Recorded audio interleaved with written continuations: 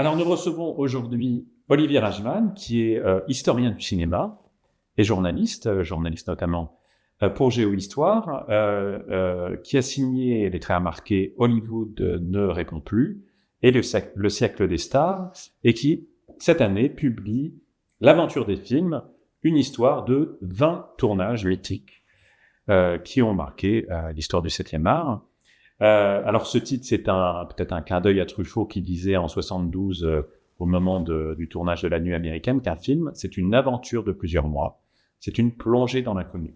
Alors est-ce que ça signifie que le tournage d'un film et sa préparation sont parfois aussi passionnants que le film lui-même? Oui, bien sûr.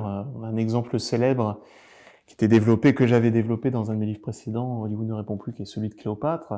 On a dit d'ailleurs pendant des décennies que les conditions du tournage de la production de Cléopâtre étaient plus intéressantes que le film lui-même, ce qui est un peu faux, mais en tout cas qui signifiait bien que parfois, même souvent, et toujours en ce qui concerne ces films-là, tout ce qui concerne la préparation, la pré-production d'un film, le tournage à proprement parler, tout ce que cela implique de relationnel, d'économique aussi, eh bien, c'est toujours une aventure, sinon compliquée, du moins avec des tours et des tours, des replis et des choses qui font que ça n'est jamais évident de monter, de faire un film.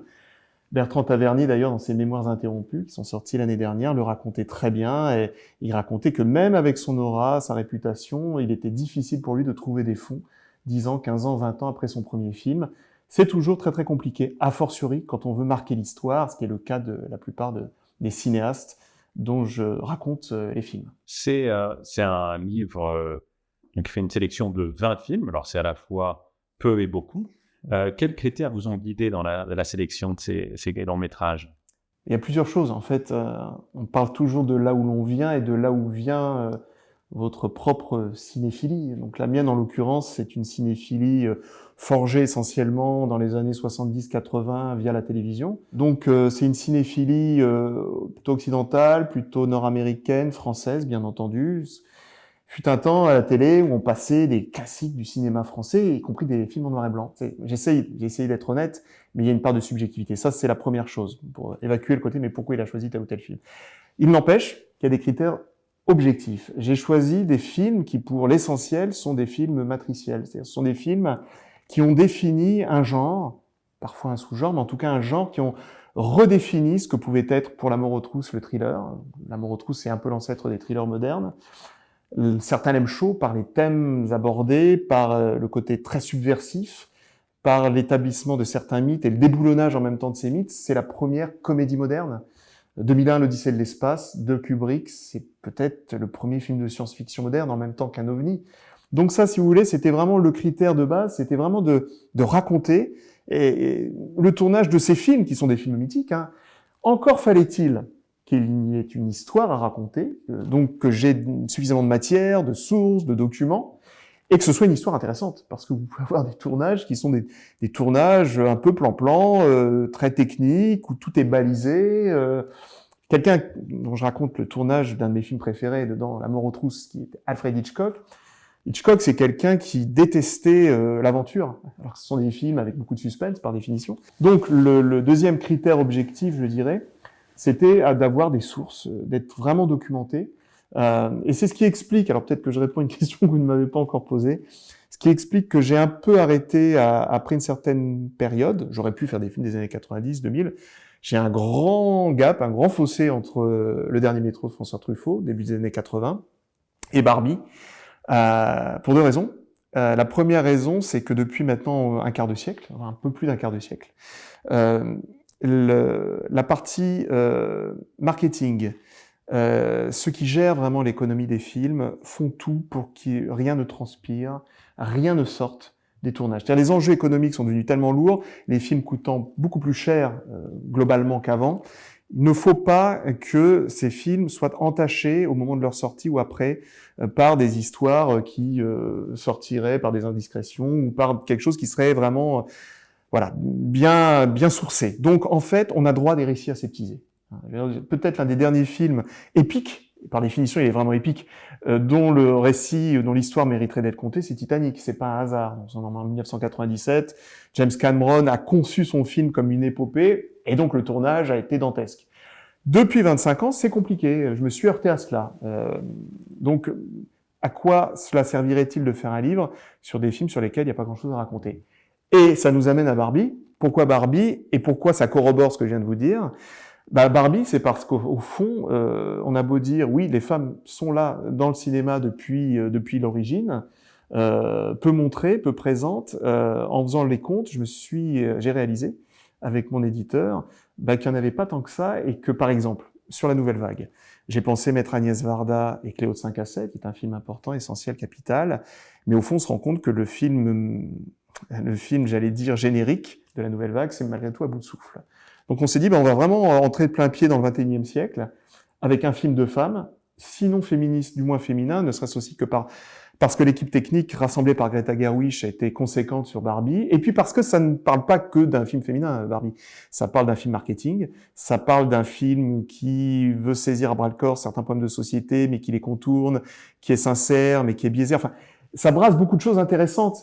Mais en dépit de cela, en dépit de ces thèmes, de ces thématiques qui sont intéressantes, je vous dis que ça corrobore ce que je vous disais précédemment, en cela que vous regardez les bonus, vous regardez les témoignages des acteurs de Barbie, non seulement de la réalisatrice Greta Gerwig, mais également de Margot Robbie, de Ryan Gosling, eh bien vous avez droit à 2 heures de langue de bois. C'est-à-dire que, évidemment, il y a Mattel à préserver. J'ai rien à déclarer, quoi. Peut-être que dans 30 ans, on ressortira des les vrais, vous voulez dire les vraies casseroles? Je l'espère, parce qu'au moins ça rendrait la chose plus humaine. En plus, quand on parle de poupées Barbie, autant humaniser un peu le produit et le rendre vraiment... Mais il y avait un retour dans ce film qui est récent, qui n'a que 2 ans, aux méthodes, au savoir-faire et à l'artisanat des débuts du cinéma. C'est-à-dire que les trucages de Barbie sont plus proches de ceux de Méliès, de Georges Méliès, que de l'IA, que des fonds verts, que de tout ce qui se fait depuis une trentaine d'années. Des effets numériques, tout à fait. Ce qui m'a guidé, voilà, ce que je voulais vous dire, c'est que il fallait pas prendre 2 fois le même cinéaste. Fallait aborder, ça c'est un dernier critère que j'ai oublié de vous indiquer, je voulais traiter des genres très différents. C'est-à-dire, je voulais vraiment faire un film de science-fiction, un thriller, une comédie, un film historique, un film intimiste, un drame, enfin, mélo, etc. Je voulais que un western, que le plus grand nombre de thèmes, de thématiques et de genres, surtout de films, soient représentés dans ce livre, pour qu'on brasse large, qu'on ait un film en huis clos, Le Ligné de Mankiewicz, mais qu'on ait le film de tous les excès, et Autant n'emporte le vent, avec pour Autant n'emporte le vent la possibilité de chercher un jour le jour, ce qui n'avait jamais été fait auparavant, en tout cas dans les études françaises, pour savoir comment on fait au jour le jour un film, et un film de l'ampleur d'Autant n'emporte le vent, parce que c'est complètement fou. C'est-à-dire la pré-production dont on parle toujours, d'Autant n'emporte, comment choisir Scarlett O'Hara, ça a été compliqué, l'appel à Scarlett à travers les États-Unis, finalement c'est Viviane Lee qu'on connaissait à peine, tout ça on le sait, on l'a raconté. Mais concrètement, pendant 6 mois, avec 3 réalisateurs qui se succèdent comme sur des plateaux de tournage, et un producteur, David Selznick, qui mène tout ce petit monde à la baguette, comment ça se passe? Comment ça se fabrique? La fabrique d'un chef-d'œuvre. C'est aussi ce qui me motivait. Il n'y a pas un autre critère finalement, parce que quand on lit votre livre, quand on voit Walt Disney qui élabore tel un général d'armée Blanche-Neige, etc., quand on regarde Orson Welles qui échafaude comme un tyran Citizen Kane, Stanley Kubrick qui édifie méticuleusement 2001, est-ce que c'est pas la personnalité du réalisateur qui transparaît? Est-ce que finalement, pour être un metteur en scène de cinéma, il ne faut pas être un peu mégalo? Je pense qu'il faut être obsessionnel. Parfois, c'est pas une nécessité fou, parce que certains vont très très loin. Tous ne sont pas tyranniques. Beaucoup le sont parce que, au fond, on parle de ces films-là, ils ne le disent pas parce qu'ils ne veulent pas paraître péremptoires ou vaniteux. Je pense que la plupart de tous ceux que vous avez cités, ils avaient une énorme ambition à la base. Ils veulent presque tous faire un film, sinon révolutionnaire, mais un film qui soit différent, un film qui fasse date. Donc, ça implique d'avoir toute l'équipe autour de soi au niveau. Ces gens-là, tous ceux dont vous avez parlé, y compris Godard, qui faisait son premier film, je veux dire, il avait un peu la niaque, il avait un petit peu aussi... voilà, il en voulait un petit peu au monde entier. Mais en tous les cas, lui disait, oui, je vais faire mon petit film dans mon coin. il avait une grande ambition, Jean-Luc Godard. Kubrick, bien entendu, parce que Kubrick voulait faire le chef-d'œuvre de chaque genre qu'il abordait. Donc tout ça, ça implique de la part de ces auteurs, à une époque où il y avait peut-être une plus grande liberté malgré tout. C'est-à-dire qu'aujourd'hui, je parlais de marketing tout à l'heure, les impératifs, le fait qu'il y ait très peu de création dans le cinéma américain, qui est malgré tout le cinéma de référence encore aujourd'hui, où on fait essentiellement des remakes, où on fait très peu de création scénaristique. À l'époque, on va dire jusqu'aux années 90, il y avait véritablement plus de liberté. Il y avait un cinéma d'auteur mainstream. C'est-à-dire que des auteurs grand public étaient vraiment des auteurs en même temps. Il y avait ces films, j'allais dire, moyen de gamme en termes d'audience, hein, vous voyez, commercialement parlant. Ça permettait d'avoir une certaine liberté. Donc, pour en venir au cinéaste dont vous me parliez, la mégalomanie, oui, en tout cas, faut savoir ce qu'on veut. On ne part pas au hasard, la fleur au fusil, pour réaliser un film. Celui qui unifie, vous avez raison, c'est le metteur en scène. Parfois, je les cite, hein, ce sont les deux exemples de producteurs qui sont les maîtres d'œuvre des films que j'évoque. Ce sont donc David Selznick pour Autant n'emporte le vent, les plus importants au fond que les metteurs en scène qui se sont succédés. Et puis, évidemment, Walt Disney, qui était un dessinateur médiocre, mais un inspirateur, un homme d'idées et un homme d'affaires redoutable, un formidable producteur, et qui en plus, je le raconte dans le livre, n'avait pas son pareil pour raconter les films qu'il voulait voir à l'écran. C'est-à-dire qu'il jouait tous les personnages devant ses employés. Par exemple, Blanche-Neige et les Sept Nains, il a joué tous les rôles. Il les a réunis un soir. Vraiment toute l'usine Disney. On est en 1934, vous imaginez, il n'y a jamais eu de long métrage, de dessin animé. Il les réunit tous dans une salle. Et là, il va se mettre à mimer la sorcière, la vieille sorcière, Blanche-Neige, le prince charmant, les nains. Hein. Il va les faire et il va retourner littéralement ses employés qui étaient venus en gros pour demander, réclamer une augmentation, parce que déjà ça grondait, il les payait très mal, ses employés, Walt Disney, et il les a complètement retournés. C'est-à-dire ils se sont dit, c'est tellement exaltant ce à quoi on va participer que, allez, on met notre révolte sous le tapis, et d'ailleurs il y aura une grande grève quelques années plus tard chez Disney, pour se mettre au service de notre général, comme vous l'avez dit, général en chef, et ça vaudra pour un autre film que je ne traite pas dedans, qui est Le jour le plus long, c'est un film de Daryl Zanuck, plus que de ses metteurs en scène, mais les cinéastes, encore une fois, oui, ils doivent choisir les gens qui travailleront à leur côté, les interprètes et surtout l'équipe technique, pour qu'ils soient au niveau, qu'ils comprennent bien ce que lui désire, ils soient au même niveau. Les compositeurs, j'ai voulu rendre hommage aussi dans ce livre aux musiciens et aux compositeurs, parce que la musique, souvent, parfois en tout cas, transcende le matériau, l'image cinématographique. Et en montrant justement le rôle des musiciens, des producteurs, des scénaristes, est-ce que c'est une manière pour vous de déboulonner, en tout cas de nuancer la sacro-sainte politique des auteurs, qui est vraiment au cœur de la critique depuis les grandes années de la Nouvelle Vague. Exactement, vous avez tout à fait raison. La politique des auteurs, qui sera reprise après par les Américains, qui ont pour le coup nourri un complexe par rapport à la critique française. Nous sommes le pays de l'écrit pour les Américains, donc vous avez toute une école de critiques américains qui sont encore aujourd'hui les parangons de la critique. Hein, on s'inspire toujours d'eux, et qui eux ont en ligne de mire la Nouvelle Vague. Donc oui, ils ont sacralisé le réalisateur, les critiques qui sont devenus cinéastes, comme Truffaut, comme Rohmer, comme Godard, comme Chabrol, au détriment des scénaristes. Pourquoi ? Parce que le scénario, l'histoire, pour eux, ça rendait prisonnière la matière cinématographique. Et pour eux, le cinéma français, c'était trop tard, c'était un cinéma fait en studio alors qu'il fallait l'ouvrir à la rue, sur la rue. C'était un cinéma d'auteur alors qu'il fallait que ce soit un cinéma plus formaliste.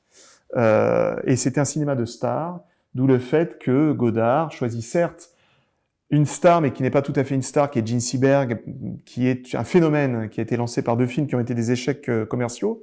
Mais surtout, pour son rôle masculin principal, il choisit un inconnu qui est Jean-Paul Belmondo. C'est le paradoxe. Il va faire de cet inconnu l'une des plus grandes stars françaises de la seconde partie du XXe siècle.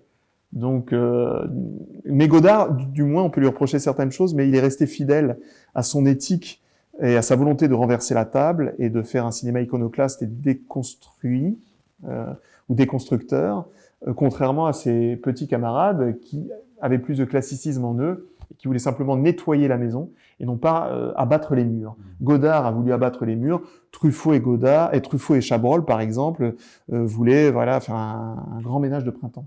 Le livre commence par Les Lumières de la ville de Charles Chaplin, qui a presque 100 ans, ça date de 1931. C'est un film muet, oui.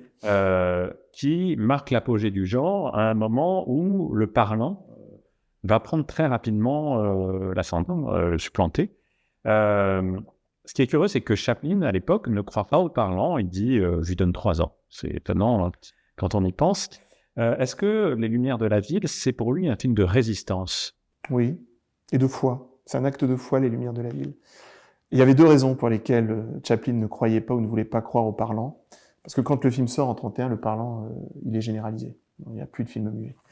Et alors que le film, je veux dire, l'idée du film est mûrie en 1928, à l'époque de Bascule. Et on devine, on pressent que le muet va être renversé et n'existera bientôt plus. En tout cas, quand il sort 3 ans plus tard, c'est acté. Non, pourquoi lui estime que le parlant n'a pas d'avenir? Il y a une raison de bonne foi, on va dire. C'est-à-dire que pour lui, l'art de la pantomime, c'est-à-dire il vient de là, hein, c'est-à-dire de mimer, de jouer en parlant, mais en sachant que la voix ne sera pas entendue, enregistrée et entendue, c'était universel, c'est ce qu'il y avait de plus universel. Et comment ne pas lui donner raison? Il n'y a pas besoin de sous-titres, il n'y a pas besoin de doublage, par définition, lorsque vous jouez de façon muette. Et encore faut-il être un formidable comédien, sans en faire trop, pour être non seulement compris, mais apprécié du monde entier et de toutes les cultures du monde. Ce qui a fait de Charlie Chaplin la première star mondiale et mondialisée, c'est justement cet art absolu de passer en quelques secondes du rire aux larmes avec une dimension sociale en arrière-plan, qui dit mieux. Hein. Et Chaplin est devenu une star mondiale. Donc ça, c'est le premier critère qui était, on va dire, objectif. Le second critère, c'est qu'il a peur, pour des raisons personnelles, que sa voix passe mal. Donc, il a une voix tout à fait classique, banale. Il faut se souvenir que c'était une peur, une crainte de beaucoup d'interprètes de ne pas passer le cap du parlant et que les premiers instruments, les premières caméras, les premiers micros étaient de très mauvaise qualité et que pendant un an et demi, ça a vraiment cafouillé, ce qui fait que les scénaristes étaient un peu à la ramasse et livraient des histoires assez médiocres. On a eu un pic au niveau de qualité cinématographique en 1926-27. Les plus grands films du muet sortent à ce moment-là. Et en 28-29, là vous pouvez regarder la production, à part quelques exceptions, elle chute, elle décroît en termes qualitatifs considérablement. Et Chaplin, il est à ce moment-là, lorsqu'il crée Les Lumières de la ville, il se dit, il n'y a pas de hasard, hein, ça restera de mauvaise qualité, techniquement parlant, les histoires sont médiocres, sont moyennes, moi, je vais leur montrer ce que c'est un vrai grand film muet. Et quand son film sort, c'est l'arbre qui cache le désert du muet, c'est-à-dire que oui, il va être un énorme succès, il va avoir une critique globalement très positive, il va du reste s'obstiner puisque le suivant, Les Temps modernes, sera sonorisé, il y aura des borgboring, il y aura des phrases qui seront prononcées d'ailleurs, c'est pas un hasard, par son ennemi, le patron de l'usine, donc le méchant capitaliste, et donc lui, il lui donnera la parole. Mais dans tous les cas, oui, il résistera jusqu'au moment où la politique, son engagement, son implication, en l'occurrence contre le nazisme et Hitler, lui ordonnera de passer au parlant, et ça donnera en 1940 Le Dictateur.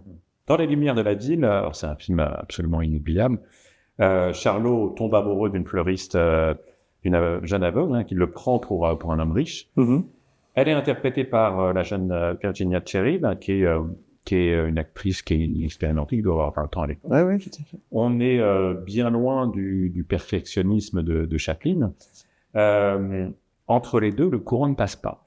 Et je trouve ça intéressant, parce que c'est un peu un leitmotiv de votre livre, cette tension entre une actrice principale et un réalisateur un peu démiurge. Ou un acteur. Dans Le Guépard, par exemple, et c'est Visconti, il est autant question sinon plus de Lancaster ou de Delon que même si j'en parle beaucoup, de la regrettée Claudia Cardinal. Mais oui, c'est une évidence, je veux dire, il y a une volonté, dans la mesure où ces cinéastes ont envie de faire une œuvre unique. Pour eux, l'interprète, que ce soit une femme ou un homme, c'est l'incarnation, c'est l'image, c'est la face de la méduse, enfin, en tout cas, c'est ce qui est renvoyé avec multiplié par 10 les qualités et les défauts. Chaplin, et là ce n'est pas un hasard, c'est l'une des rares actrices dont il n'est pas tombé amoureux. Attention, c'est pas parce qu'elle n'était pas assez bonne à ses yeux actrice qu'il n'est pas tombé. Dès le départ, voilà, c'était pas son genre, c'est pas voilà. Donc il n'a pas embêté, on va dire. Ça c'est de ce point de vue-là bien passé, mais ça s'est mal passé professionnellement parlant, parce que pourquoi l'a-t-il choisi? Il choisissait jamais ses acteurs pour de mauvaises raisons. Faut pas imaginer que Chaplin était mu par ses pulsions du tout. C'est-à-dire que il subordonnait tout à la réussite de son film. Il l'a choisi pour une raison simple. C'est parce qu'elle avait une sorte de pureté comme ça, physiquement virginale, blonde, yeux bleus, etc. Mais surtout, parce qu'elle cherchait pas à jouer l'aveugle, elle était naturellement bonne en aveugle. Il racontait que quand vous demandiez à une interprète, et maintenant fais comme si tu me regardes mais tu me vois pas. Eh bien, toutes rataient le coche, elles ne réussissaient pas vraiment à le regarder comme des aveugles, des non-voyants, des malvoyants vous regardent. Elle, naturellement, savait le faire. Donc c'était le critère premier, puisqu'elle joue. C'est très important, le regard au cinéma. Et d'ailleurs, la dernière image du film, c'est son regard à lui, qui est absolument foudroyant. Et donc, se basant là-dessus, ouais, pourquoi pas. Et alors, il disait autre chose. Il disait, c'est pas une technicienne. Et il dit justement, il faut pas trop de technique. Et c'est comme, je crois que c'est Claudia Cardinal justement, qui m'avait dit, il faut pas être forcément trop intelligent quand on est acteur. Il disait pas ça de façon dépréciative. Elle disait, en gros, faut pas intellectualiser, faut pas chercher. L'instinct aussi compte énormément, l'instinct d'acteur, le tempérament, la nature d'acteur. Autrement dit, on peut apprendre à s'améliorer si on a ce don initialement. Chaplin disait que Virginia Cherry n'était pas l'actrice dont il rêvait. De fait, elle n'a pas fait une carrière d'actrice après. Elle est très bien dans Les Lumières de la Ville. Mais le début du tournage a été très compliqué. Il voulait tourner avec elle. Il l'a envoyée à un moment donné. Il a cherché une autre actrice. Ça n'a pas marché avec elle. Il l'a rappelée. Elle était plus aguerrie. Virginia Cherry, là, elle a eu d'autres revendications et elle débutait dans le métier. Donc, pas assez de patience d'un côté. D'un autre côté, dans ses mémoires, Chaplin met toutes les fautes sur lui. Il prend la responsabilité de ce semi-échec, en tout cas d'interprétation, qui n'en est pas un. Quand vous regardez le film à l'arrivée, il y a une alchimie entre les deux qui est très forte. C'est la magie du cinéma. Oui. Vous mentionnez la scène finale qui est d'une simplicité bouleversante, qui est considérée comme l'une des plus belles de l'histoire du cinéma. Donc, j'ai spoilé, mais cette humoriste pour ceux qui n'ont pas encore vu Les Lumières de la Ville, désormais guérie, par le toucher qui est son bienfaiteur. C'était dès 1949, il y avait le critique James Agee qui écrivait que cette scène était le plus grand moment de l'histoire du cinéma. Est-ce que vous êtes d'accord? Ouais, c'est l'un des plus grands. D'ailleurs, nous, on a tendance un petit peu à tourner les pages. Aujourd'hui, on est quand même en 2025 et c'est un film de 1931. Il n'empêche que dans les anthologies du cinéma, lorsque vous avez des livres de photographie, cette image de Chaplin qui, vous savez, avec la main comme ça, qui regarde de façon bouleversée et bouleversante, il en avait conscience quand il l'a tourné. Il voulait que ça s'imprime dans les esprits, sur la rétine des gens qui verraient ce film. C'était un moment très important. Oui, pour moi, c'est l'un des moments les plus bouleversants. Ça dit énormément de choses. Vous voyez maintenant, oui, elle a compris, elle voit ce que cet homme était prêt, ce vagabond, ce Trump, était prêt à faire par amour pour elle, alors qu'elle croyait que c'était un milliardaire. Et encore une fois, Chaplin, dans ce film, où il développe un personnage plus riche que les premiers films muets, les courts-métrages du début, il y a une dimension psychologique qui vraiment enrichit. Chaplin cartonne sur les trois tableaux, quoi. C'est-à-dire rire, émotion et critique sociale. Blanche-Neige et les Sept Nains de Walt Disney et David Hellman, qui était son bras droit, qui a supervisé l'équipe d'animateurs. Premier long métrage de Disney, mais aussi premier long métrage d'animation de toute l'histoire du cinéma. Et en couleur. Pari très risqué à l'époque. À tel point que dans les bureaux d'Universal, dans les salles de réunion de la MGM, on parle de Blanche-Neige comme de la folie disneyenne. Oui, parce que les gens se disaient, de façon, j'allais dire presque rationnelle, qui va dépenser, je ne sais pas combien coûtait le cinéma à l'époque, une dizaine de cents, mais tout de même, on est encore en phase post-dépression, qui va dépenser son argent, s'asseoir pendant 1h30 ou 80 minutes pour aller voir des personnages de dessins animés. Alors, en fait, c'est une considération économique qui est pragmatique, qui a poussé Disney à faire son premier long métrage plus qu'un pari artistique. À partir du moment où il s'est dit que c'est ça qui sauverait, même s'il avait des collections de films et Silly Symphonies, etc., les Trois Petits Cochons, qui a été un énorme succès mondial, il a même fait des tournées présenter les Trois Petits Cochons. Même s'il y avait ces films qui marchaient bien, ils disaient de toute façon il fallait se renouveler. Ça, c'est le propre des grands capitaines d'industrie, qu'ils soient producteurs, créatifs, etc. C'est de se dire, faut jamais s'endormir sur ses lauriers, faut se relancer à un moment donné. Et là, Disney se l'est dit très clairement. À partir du moment où il s'est dit que c'était économiquement impératif de basculer vers le long métrage, il a mis tous les éléments de son côté, tout ce qu'il pouvait mettre de positif pour que ce soit une réussite artistique. Et pas seulement une réussite, mais un triomphe. Et comme c'était quelqu'un d'extrêmement anxieux, autre point commun à tous ces créatifs, aucun n'est désinvolte. toutes ces personnalités, tous ces gens, tous ces initiateurs, tous ces créateurs sont des grands anxieux. Et c'était très compliqué de travailler chez Disney. Alors, il avait imposé les 3/8. Donc, à un moment donné, les 2 dernières années, puisque le projet démarre en 34, le film sort en 37. Je sais pas si vous imaginez, quand même 3 ans. À côté de ça, il continue à créer, hein, la machine continue à tourner, mais le gros œuvre, c'est Blanche-Neige. Et donc, plus ça va, plus ça met de temps, plus la concurrence, enfin les autres studios, puisque c'est un producteur indépendant, Walt Disney, faut jamais l'oublier. Les autres studios se disent, mais il va se planter, là. Il va droit au mur. Voilà. Et c'était la fin de l'Empire Disney. Lorsqu'il l'a présenté, lorsque ça a été après des années de recherche, de perfectionnisme, ça n'allait jamais. Même pour faire les joues rouges de Blanche-Neige, parce qu'on l'a trouvé trop palote. Il fallait en plus, parce qu'il y avait un effet... Techniquement, ils ont inventé plein de choses. Hein, la caméra multiplan qui permettait d'avoir plusieurs niveaux, qui sera perfectionné quelques années plus tard dans Pinocchio. On voit vraiment une sorte de relief, d'espace, de 3 dimensions dans le dessin animé. Parce qu'au départ, c'était pas évident du tout qu'on ait plusieurs dimensions dans un dessin animé. Donc il invente tout ça, mais ça nécessite, je veux dire, un déploiement de technicité et de créativité, et de refaire systématiquement les mêmes scènes, et de redessiner, de recrayonner les 7 nains, la façon dont ils s'inspiraient de personnages réels pour faire les nains. Blanche-Neige également, celle qui va doubler, parce que c'est pas seulement un film avec des images, c'est un film avec 3 tubes.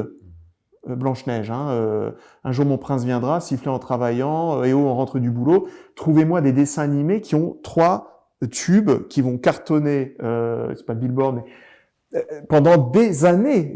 Aujourd'hui, peut-être que les enfants l'ont un peu oublié, mais je sais que moi, quand j'ai grandi, c'était quand même une 40aine d'années plus tard, c'était encore des tubes. Hein, donc, il fallait que tout soit à sa place et tout soit absolument parfait. De ce point de vue-là, il était d'une maniaquerie, il a été implacable. C'est un film qui c'est pas uniquement inspiré des gravures des livres de Grimm, hein, qui s'est nourri de 1000 films, de ballets, des pièces de théâtre, de tableaux de gravure. C'est Disney qui incitait ses collaborateurs à sortir, à tout voir et à tout à sortir. Il faisait venir aussi des bobines de tous les films expressionnistes, Cabinet du docteur Caligari, les films de Chaplin, enfin tout passait. Il fallait se nourrir de tout. Alors les gravures du 19e siècle, le courant romantique plastique du 19e siècle va inspirer énormément la graphie, le dessin, les traits des dessinateurs. Il faut savoir que plusieurs dessinateurs, vous aviez des pôles de dessinateurs qui crayonnaient un personnage. Hein. Donc un démiurge autoritaire mais cultivé. Oui. Alors après, ces méthodes de management posent question quand même. Hein. Une chose que je ne savais pas dans votre exercice, dans votre livre, c'est que vous écrivez que ces salariés, lors d'un week-end de détente après 3 ans de travail acharné, lors d'un week-end de détente au nord de la Californie, ce serait, pour le coup, lancé dans une sorte de bacchanal cathartique pour évacuer la pression. C'est incroyable. Oui. Non, lui, il voulait leur servir des plats de pâtes et puis après des séances à la messe. Ça s'est terminé en orgie. Et puis là, pour le coup, après 4 ans où on faisait ceinture, il y a eu un relâchement sexuel. Et, alors lui, bien entendu, on a eu vent, sous les tentes, etc., il s'est passé plein de choses. Ce week-end-là, il a dit, qu'est-ce que je fais? Je sévis ou pas? Il était rattrapé un petit peu par, j'allais dire, sa conscience du fait que ça exploserait et que ce qu'il attendait d'ailleurs 4 ans plus tard, c'est-à-dire la grande grève de 1941, aurait eu lieu au moment de la sortie du film, ça aurait fait mauvais genre. Donc, il a passé l'éponge sur les débordements. Il y a même eu des nains lubriques, parce qu'ils ont engagé aussi des nains, vous savez, pour la première du film. Hein. Et donc, voilà, ce sont les à côté. Vous savez, il y a aussi des dessins qui ont été placés, un peu cochons. En fait, c'était une soupape pour ceux qui travaillaient, les créatifs et les techniciens de chez Disney. Ils étaient tellement pressurés, ils avaient tellement travaillé qu'il fallait bien que ça s'évacue d'une façon ou d'une autre. Et le grand chef a dû un petit peu se ronger les ongles, parce qu'il se rongeait les ongles, Walt Disney, il se faisait des ulcères, mais il a dû passer outre. C'était la condition du succès de son film était à ce prix. Alors, il y a eu d'autres merveilles après, hein, notamment les 2 suivants, Pinocchio et Fantasia. Mais on a quand même l'impression que les studios n'atteindront jamais la même ambition technique que une telle maîtrise dans ces films suivants. Et est-ce que finalement ce tournage mouvementé de Blanche-Neige pose pas question? Est-ce que le film serait-il aussi parfait si Disney s'était mieux comporté? Je pense que c'est un faux problème, en fait. C'est-à-dire que, oui, il aurait sans doute mieux valu qu'il se comportasse, je ne sais pas si c'est le bon accord, mieux avec ses employés. Mais le fait est que, vous parliez de perfection technique, qui ne sera plus atteinte après. Oui, il y a Fantasia, il y a Pinocchio, il y a Bambi, qui sont d'un niveau technique, sinon d'une richesse thématique égale. Mais qu'est-ce qui explique qu'après, il donne des gages ou, j'allais dire, des dessins animés de moindre qualité ou qu'il nage du lest, etc. Ce sont des considérations économiques. C'est-à-dire que ce sont des films qui ont coûté excessivement cher, que non seulement il va pas rentrer dans ses frais par rapport à ces films qui vont marcher plus ou moins bien, Fantasia, c'est pas le succès espéré, mais il y a cette grande grève de 1941 qui lui coupe un peu les ailes. Il va être extrêmement méfiant. Et puis, il y a l'aide qu'il doit apporter au gouvernement américain. Nous sommes en temps de guerre.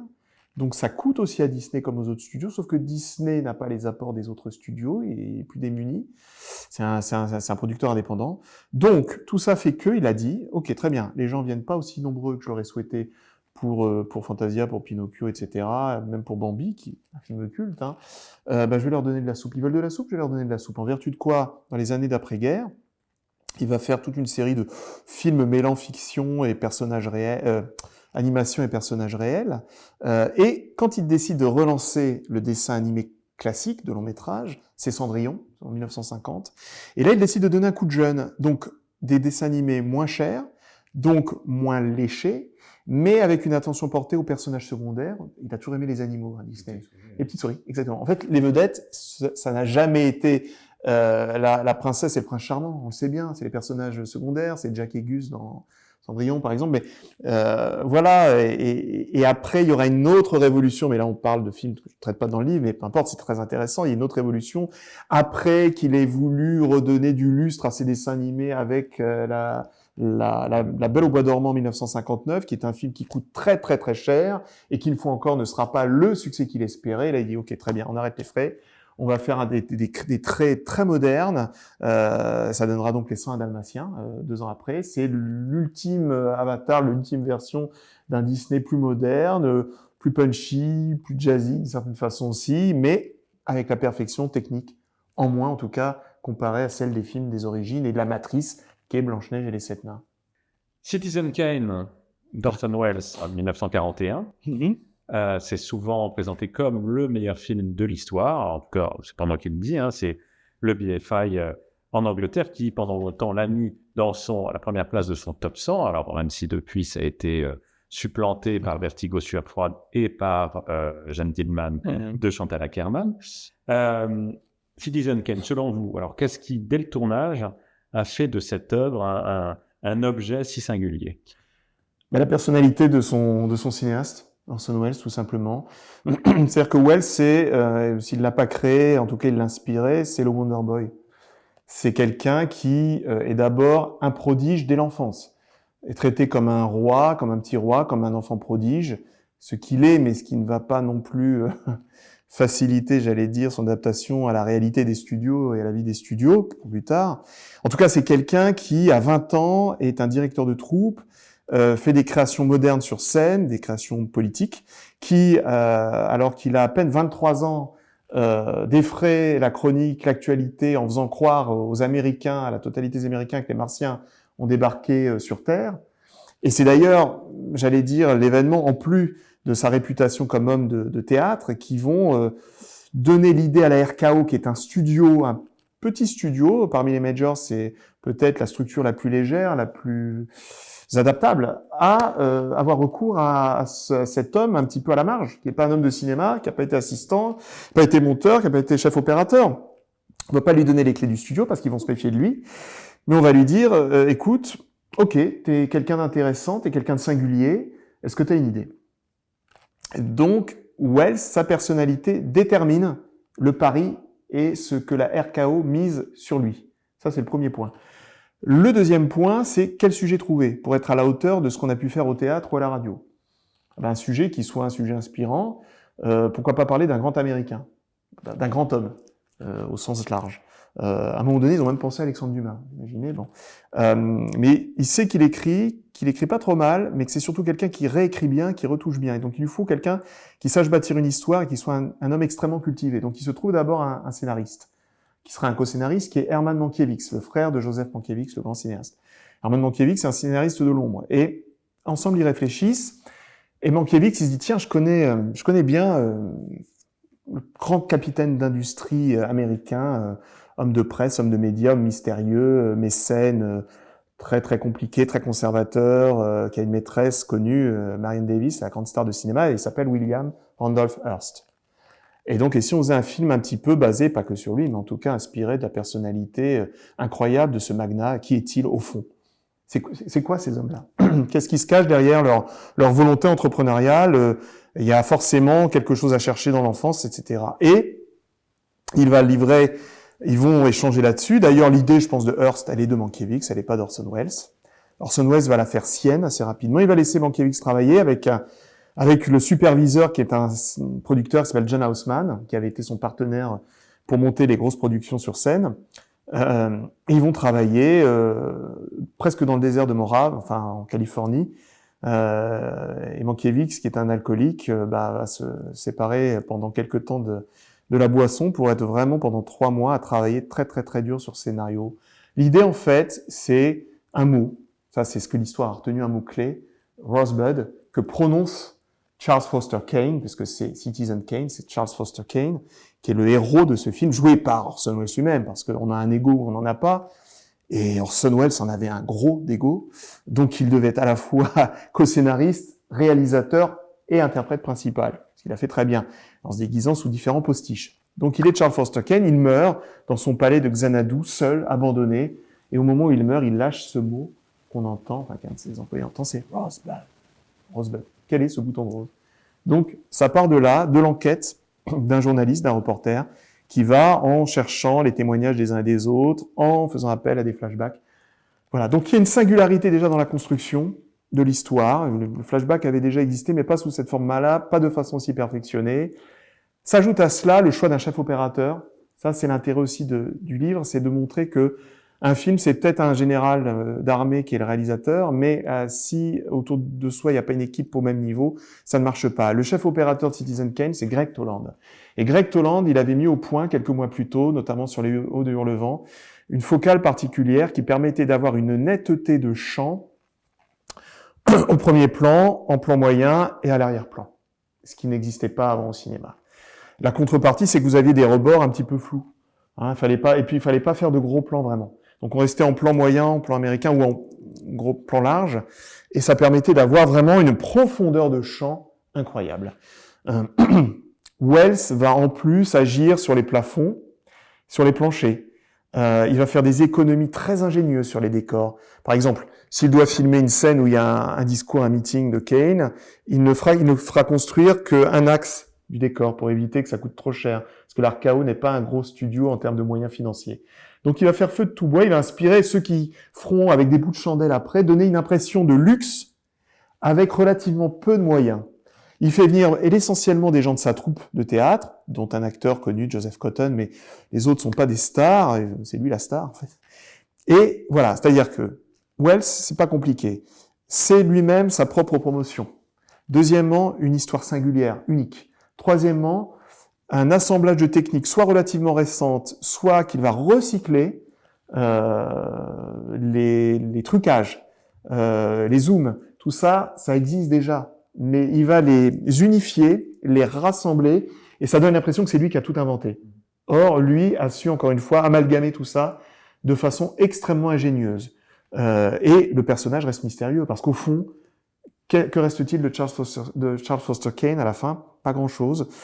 Il y a peut-être une déficience au niveau de la structure dramatique du film.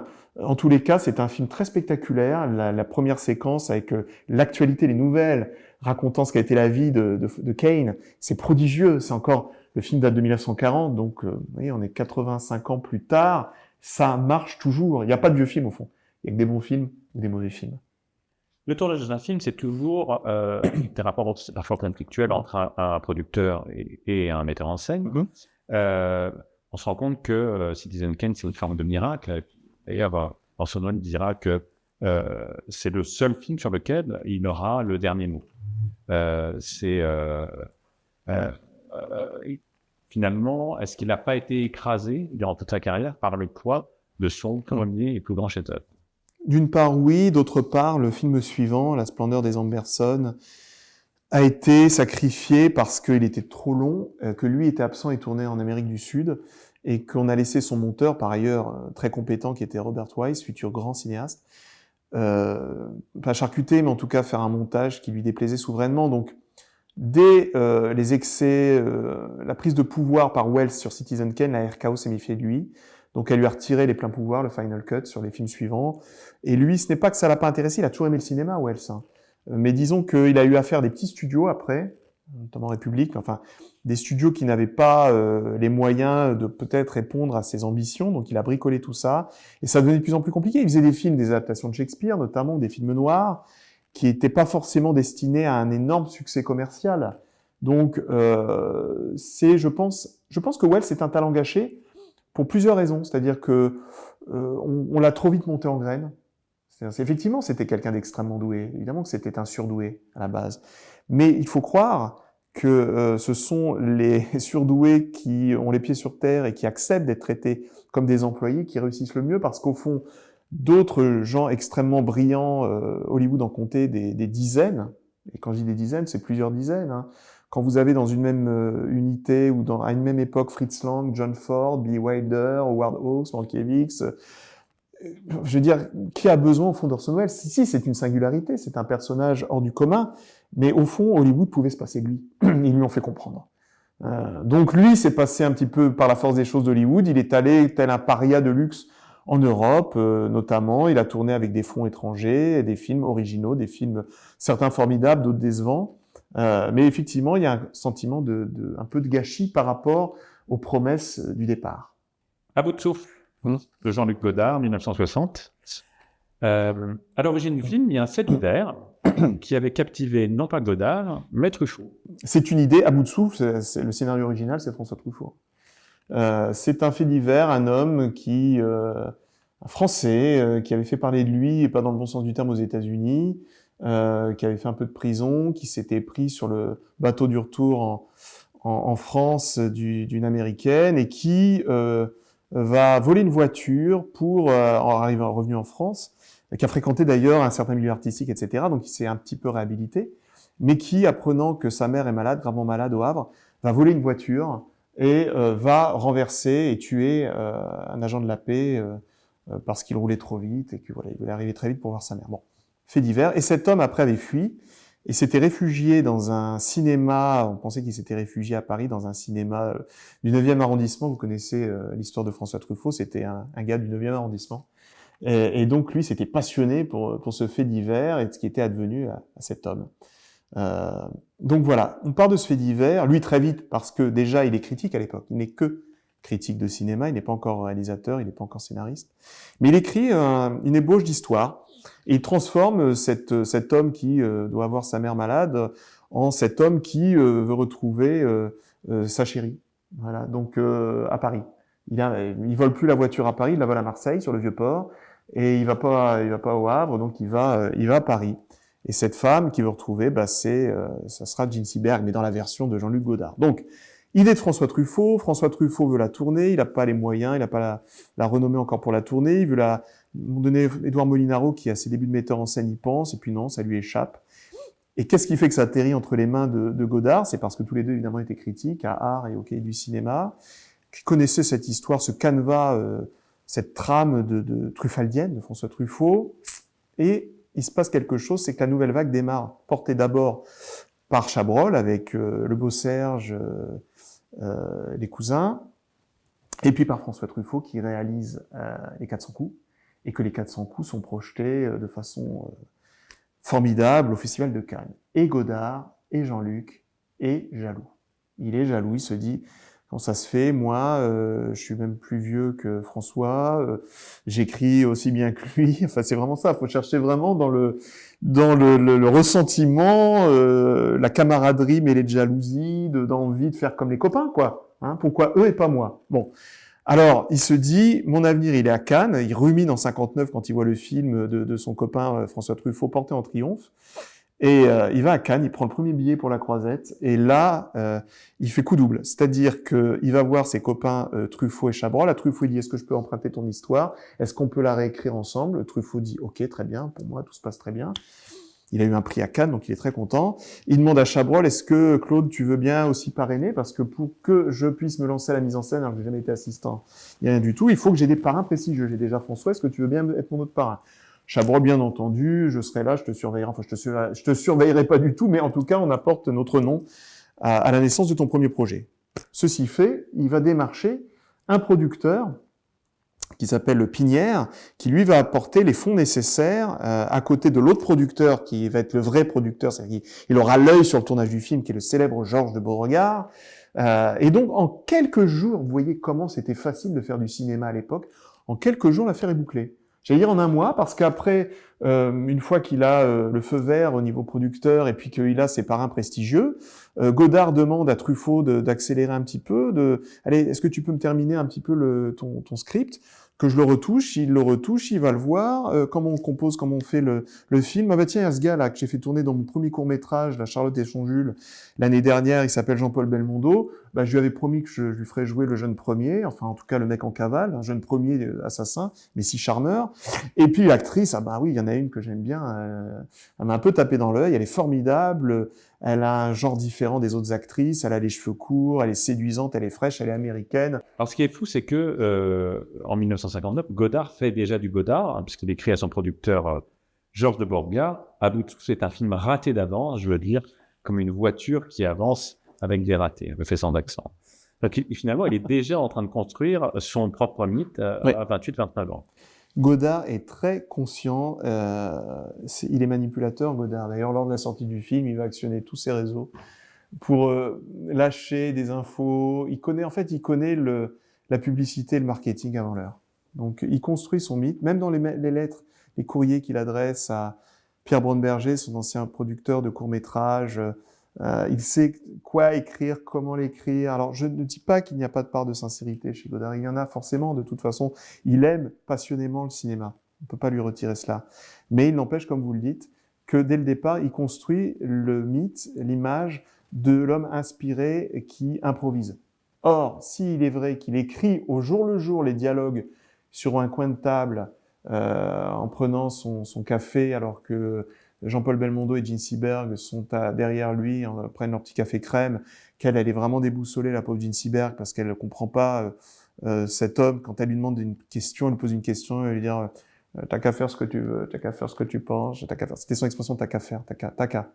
Donc elle est américaine, déjà, elle a du mal un peu à comprendre le français. Cet homme qui la regarde pas en face, qui lui glisse des choses comme ça, bon, ça veut dire quoi? Et au fond, peu à peu, alors qu'elle détestait ça au départ, elle était sur une sorte de terrain mouvant, elle va trouver que c'est tellement inhabituel et tellement contraire au côté extrêmement corseté du cinéma hollywoodien, bah que ça va l'inspirer. Il y a une fraîcheur, ça c'est le cas de le dire, qui sort en tout cas de ce tournage. Et Belmondo, lui, qui est l'incarnation du cool, d'ailleurs il va créer un nouveau type de héros, cool, lui-même il se dit ce type est complètement perché, mais c'est pas un imbécile, il a quelque chose à raconter. Cela dit, m'avait dit Belmondo quand je lui en avais parlé, je ne croyais absolument pas que le film sortirait, mais je croyais pas que c'était quelque chose d'insignifiant ou d'inintéressant, avait-il ajouté.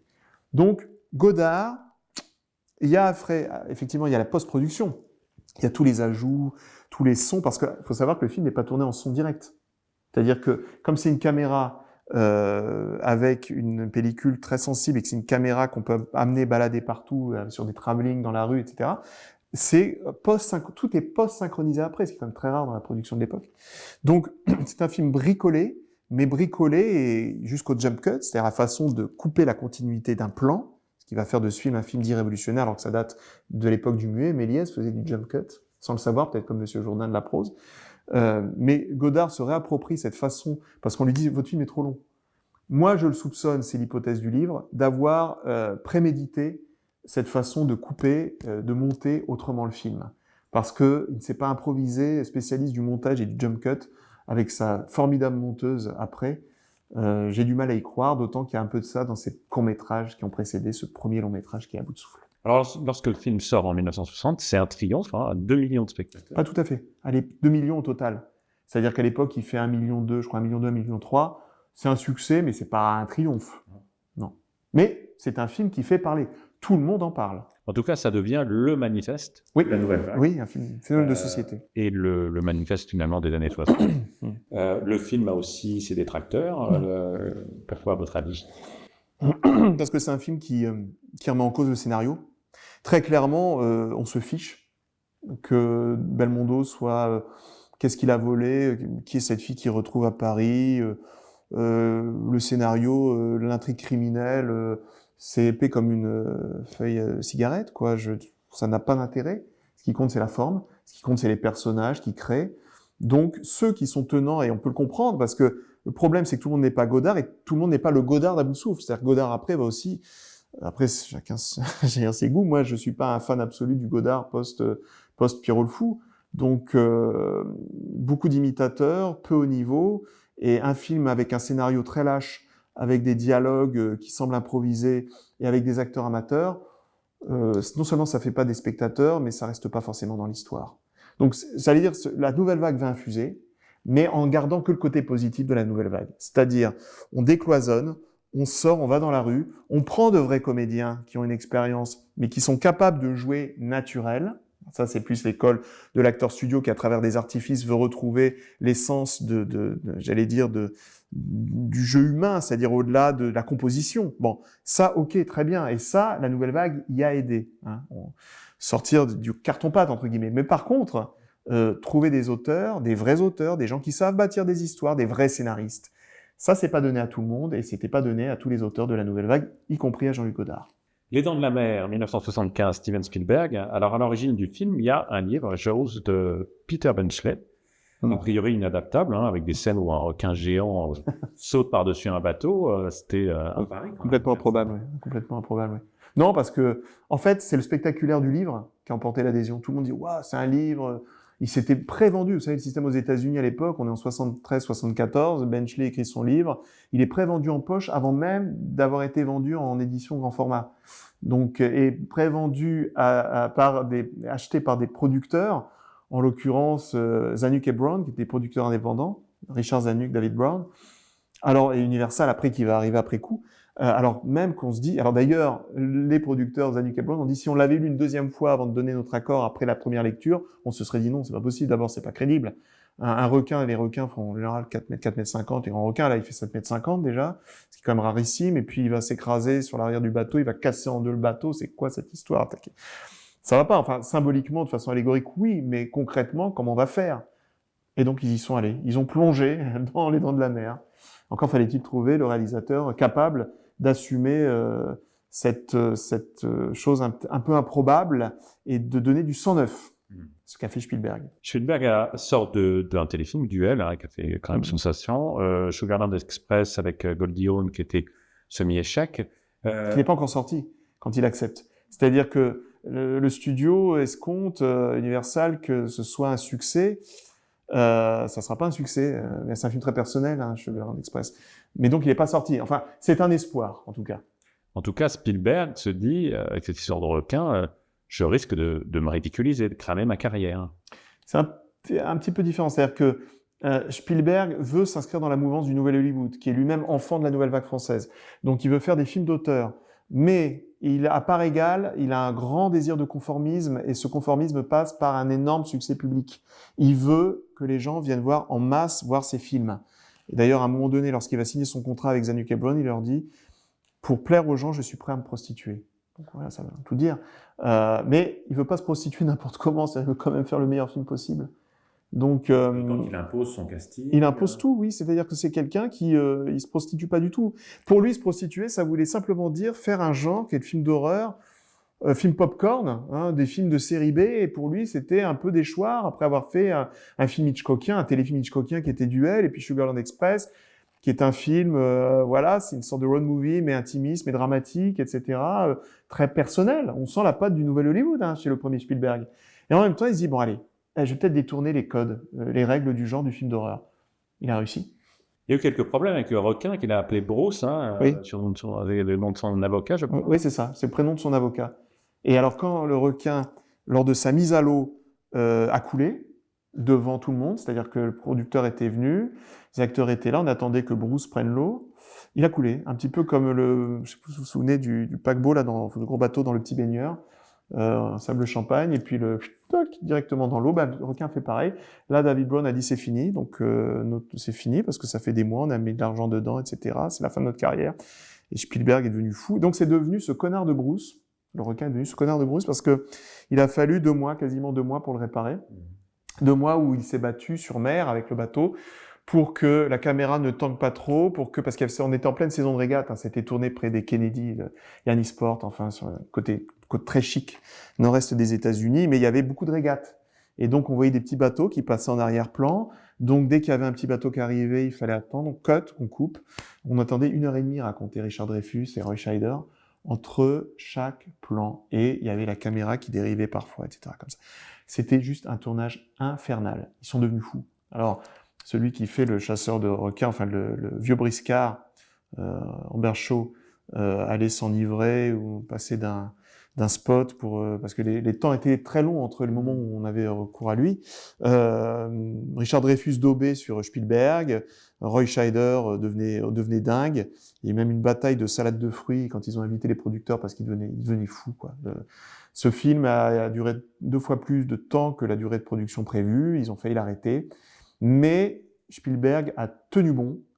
Et ses producteurs, et on ne rappellera jamais assez le rôle de certains producteurs qu'on réduit souvent à des caricatures de gens préoccupés uniquement par les coûts. Bien souvent, les producteurs de grands films sont des hommes et des femmes parfois qui ont conscience d'avoir entre leurs mains un trésor potentiel et qui donnent toutes ses chances au film. Et ce qui devait être, ou ce qui pouvait être une série B nanardesque, est transformé en premier grand blockbuster de l'été et c'est ça. phénomène de société. Alors là, il faut rendre hommage à la société de production, producteur et Universal, qui s'est dit, OK, on a investi tellement d'argent dans ce film, on sent quelque chose, ça sent bon. Alors qu'est-ce qui a fait que ça sentait bon plus que lors de la première preview? C'est la musique de John Williams. Ta ta ta ta ta ta ta. Quand une sorte de musique post-patonale, mais enfin très limitée. Et Spielberg, la première fois qu'il lui joue au piano, John Williams, il dit mais c'est quoi ça? Il dit attends, je te la refais. Et effectivement, il a compris ce que ça impliquait, et le producteur, le staff de Universal l'a écouté, il a dit ah oui d'accord. Ils ont vu la différence avant et après. Donc encore une fois, un film n'est jamais fini lorsqu'il n'est pas totalement produit, fini en post-production. Là, le montage a joué énormément pour rendre le requin le plus terrifiant possible, parce que comme ils n'ont pas eu le requin aussi longtemps qu'ils l'ont voulu, ça c'était déjà une idée de Spielberg avant, il voulait faire du Hitchcock, nouvelle manière, pas 2.0, mais à la Spielberg, c'est-à-dire suggérer le danger, suggérer le monstre plutôt que le montrer. Ne pas lui faire dévorer, tuer 15 vacanciers, mais 2 bien choisis. Une jeune femme et un enfant. Hein. On va vraiment saisir les spectateurs. Hein. Une jeune femme jolie, ravissante, qui va faire l'amour avec son copain. Allez, je prends un dernier bain de minuit. Et là, on va l'attacher. Alors, elle savait bien nager. Ils avaient pris une bonne nageuse parce qu'elle était attachée à des câbles qui étaient censés représenter les mouvements du requin. Et puis un petit garçon parce que bon là, on est sûr que. Et voilà, ça suffit juste de mort comme ça, sauf à la fin. Et puis après, on va le montrer le moins possible. Bingo. Parce que c'est ça aussi qui fait peur, c'est que ce requin de 7,50 m de long, il est annoncé par la musique, en caméra subjective, sous l'eau. Hein, on voit les pieds, on voit les jambes des vacanciers. Et l'un des co-scénaristes de Spielberg dira d'ailleurs, je veux faire pour la mer ce que Hitchcock a fait pour les douches. C'est-à-dire, je veux que les gens aient la trouille d'aller à la plage, sur la plage, et de prendre bain de mer, etc., d'aller dans l'eau. Ce qui a été le cas, parce qu'il y a une sorte de terreur mondialisée de l'eau et des plages et de la mer pendant les étés 75. Le film est sorti en 75 aux États-Unis, et 76, le film est sorti début 76 en France, en Europe, etc. Barbie de Greta Gerwig, 2023. Oui. Grand succès commercial. Choix étonnant, mais vous l'avez expliqué tout à l'heure. Vous apprenez que le film a connu une gestation assez chaotique, hein, de près de 15 ans. On apprend que Anna Tawwet va interpréter le rôle titre à la place de Margot Robbie. Pourquoi ça a été si compliqué de mettre en place ce projet d'une adaptation des jouets Mattel? C'est là où vous voyez que c'est beaucoup plus compliqué de faire un film aujourd'hui. En plus, un film de studio, un film à la fois très ambitieux et pas si ambitieux. C'est-à-dire, en fait, il y a plusieurs paramètres dans ce film. On fait un film qui est malgré tout à la remorque de Mattel. C'est une coproduction entre une marque, un studio, quelque chose qui coûte beaucoup sans qu'on le voit forcément à l'écran. Une volonté, parce qu'aujourd'hui les acteurs et les actrices sont partie prenante, sont producteurs ou coproducteurs. Donc le temps que tout le monde s'engage, parce que Mattel a connu des hauts et des bas, plus de bas que de hauts, que le studio donne son feu vert. Il y avait rarement concomitance, entre les volontés réciproques. Bon, au début, il n'était pas nécessaire que ce soit une Barbie blonde, une Barbie classique, le modèle classique Barbie, donc pas forcément Margot Robbie, hein, oui, c'est pas Margot Robbie. Il y en a eu d'autres d'ailleurs. On a pensé à une Barbie, puisque on ouvrait Barbie à la diversité, une Barbie plus forte, plus plantureuse, etc. Pourquoi pas?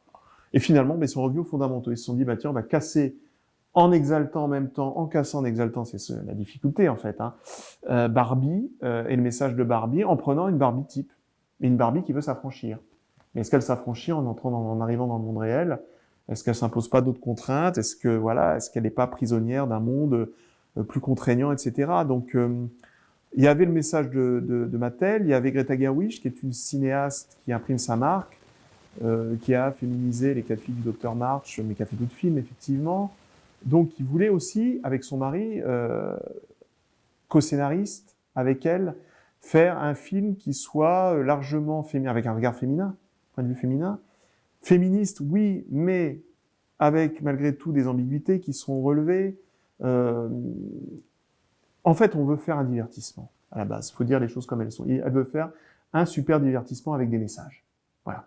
Que ce soit le message pour Mattel, montrer la grande ouverture de Mattel, en même temps en faisant mine de le démolir, parce que voilà, la fille de celle du monde réel qui s'identifie, etc., Barbie, qui démonte un petit peu, qui démolit, qui déconstruit Barbie. Elle le sort, cet argument. D'ailleurs, les employés de Marvel, plutôt les chefs de Mattel sont arrivés sur le tournage pour dire: qu'est-ce que vous faites là? Vous nous insultez alors qu'on apporte nos billes, qu'on veut que ce soit, sinon une exaltation, du moins une publicité déguisée pour notre marque. Greta Gerwig, il faut le dire, a tenu bon. Elle a gardé son agenda, qui était malin, qui était plutôt stratège, c'est-à-dire que on montre que ce sont les hommes qui sont des hommes-objets. Hein. Le seul qui n'est pas un homme-objet, c'est un homme, c'est le seul qui s'appelle pas Ken, s'appelle Alan. Hein. Donc on a compris le message. Donc en même temps, mais elle dit tout de suite, elle se rattrape, elle dit: mais je veux pas opposer les hommes et les femmes, mais elle le fait un peu. En fait, elle slalom, quoi. Elle passe entre les gouttes. Greta Gerwig, pendant toute la pré-production de ce film, elle a conscience qu'il coûte beaucoup, qu'il y a un poids de plus en plus énorme, et que c'est surtout le coût de la publicité de ce film va être plus cher, va revenir plus cher que le coût du film. Donc c'est une des premières fois, pas la première, mais c'est une des premières fois où on a un film dont le marketing, le coût de la pub coûte plus cher que le film lui-même. Donc avec une pression énorme, en comptant sur le fait que dans le monde entier, des générations d'enfants ont été élevés avec les Barbie. Je pense que le film a davantage plu aux mères qu'aux petites filles, vraisemblablement, mais il n'empêche que c'est le premier film réalisé par une femme qui a fait plus d'1 milliard de dollars de recettes. Alors, est-ce que l'argent fait la qualité? Pas nécessairement. Greta Gerwig a fait certainement des films plus personnels, mais elle a fait le film qui la rend définitivement indépendante, je pense. On va voir ce qui va venir après, concrètement. Mais c'est un film intéressant vraiment parce que il y a des tas de messages auxquels que l'on peut cautionner, auxquels on peut souscrire, d'autres qui sont contestables. Il y a de la sincérité, il y a de l'arnaque, il y a plein de choses. Il y a plein de... C'est pas non plus le grand film méta qu'on nous a annoncé. C'est un bon divertissement et c'est surtout un film qui s'inspire des vieux films. Désolé de le dire, des films anciens. C'est-à-dire qu'elle s'est énormément inspirée des comédies musicales américaines des années 50. Elle a demandé des conseils à Peter Weir par rapport au film, dans le film, au monde, voilà, Truman Show, pour le Truman Show. Donc, elle se réfère aux grands anciens. La scène d'ouverture est inspirée, bien entendu, de 2001, Odyssée de l'espace, avec l'aube de l'humanité. C'est pour ça que je fais dans le livre le continuum entre tous les films, parce qu'il y a un lien sur 100 ans, sur un siècle, entre tous ces films, qu'on le veuille ou pas. Greta Gerwig, y compris dans les trucages, elle s'inscrit dans une tradition revivifiée qui a fait ses preuves, et on peut pas faire plus moderne que des trucages à la Méliès, comme je le disais tout à l'heure. C'est ce qu'elle fait, c'est-à-dire quand ils font du tricycle à Los Place, etc., avec les moulins, avec ce qui défile derrière, c'est de l'artisanat. En fait, elle fait avec ce film de l'artisanat, avec des moyens d'aujourd'hui, avec du marketing d'aujourd'hui. Donc c'est toutes les ambiguïtés, la richesse, le côté, le peps, le côté réjouissant et le côté décevant d'un certain cinéma, qui est le cinéma, un certain cinéma commercial du XXIe siècle. Faut pas se plaindre, hein, c'est pas une franchise, enfin c'est une franchise, c'est Barbie, mais c'est pas, on n'est pas dans le Marvel, on n'est pas dans quelque chose de complètement stéréotypé. Elle a eu, bien entendu, son mot à dire. Elle n'a même eu que son mot à dire, puisqu'on l'a laissé tranquille sur le scénario, malgré tout. Je pense qu'il y a eu des choses négociées avec Mattel en amont. Mais pour le reste, ça reste un film personnel, avec ses ambiguïtés. Vous écrivez que Barbie incarne une époque dans ces turbulences, c'est-à-dire qu'on le voit, puisque le film a été déprogrammé récemment à Noisy-le-Sec. Ça incarne aussi le cinéma à travers sa quête permanente de l'imaginaire. Est-ce que, selon vous, le 7e art a perdu sa capacité à se frotter avec le réel? On fait des films qui essayent de coller aux réalités sociales, enfin à l'actualité. Le souci, je le pense, parce qu'on faisait ça dans les années 30, après la grande crise de 29, c'est qu'on essayait de montrer la réalité telle qu'elle était, mais il y avait un message d'espoir. Je pense que la sinistrose généralisée, parce qu'il faut bien dire les choses comme elles sont, il y a quand même un climat extrêmement plombant depuis quelques années, imprègne même les créateurs, les créatifs. C'est-à-dire que la façon dont ils filment le réel, le social, elle est assez décourageante. Assez, globalement. Dans les années 30, on faisait des films sociaux, mais on faisait aussi des comédies musicales avec Fred Astaire et Ginger Rogers. On apportait du rêve, et du vrai rêve aux gens. Peut-être parce que tous les genres n'avaient pas été encore créés. Peut-être parce que le cinéma parlant en était encore à ses débuts, à ses balbutiements. Aujourd'hui, qu'est-ce qu'il y a à créer? Alors, je le cite en avant-propos. C'est flagrant et c'est catastrophique. Hollywood, 90% des cas, ne crée plus de scénarios originaux. Mais ce sont les chiffres de l'année 2020. Pour la période, je crois, 2022-2026. Ce sont des remakes. Des remakes, tout à fait. Des adaptations, des remakes, des franchises. On est plus du tout dans l'écriture de scénarios originaux. C'est considéré comme trop dangereux. Alors, vous avez de temps en temps des films comme The Brutalist, qui sont des films extrêmement ambitieux, plutôt indépendants, qui donnent l'impression d'être luxueux, alors qu'ils ne sont pas plus riches que d'autres productions. Mais ça reste, j'allais dire, plus des films isolés. C'est-à-dire que les injonctions, qui sont des injonctions pas tant sociétales que, oui, sociétales, mais surtout politiques au sens large, font que il faudrait peut-être donner un peu d'air et un peu de liberté aux créateurs. Merci beaucoup, Olivier Rachman. Je rappelle le titre de votre livre, L'Aventure des styles, aux éditions Perrin. Donc 20 films, 20 tournages mythiques. En plus de ceux dont on a parlé aujourd'hui, il y a aussi Autant on emporte le vent, Les Enfants du Paradis, Chantons sous la pluie, Certains l'aiment chaud, La mort aux trousses, votre film préféré peut-être. Peut-être. Laurence d'Arabie, Le Guépard, 2001, L'Odyssée de l'espace, Il était une fois dans l'Ouest, Les choses de la vie, Le Limier, Taxi Driver et Le Dernier Métro. Merci beaucoup. Merci à vous.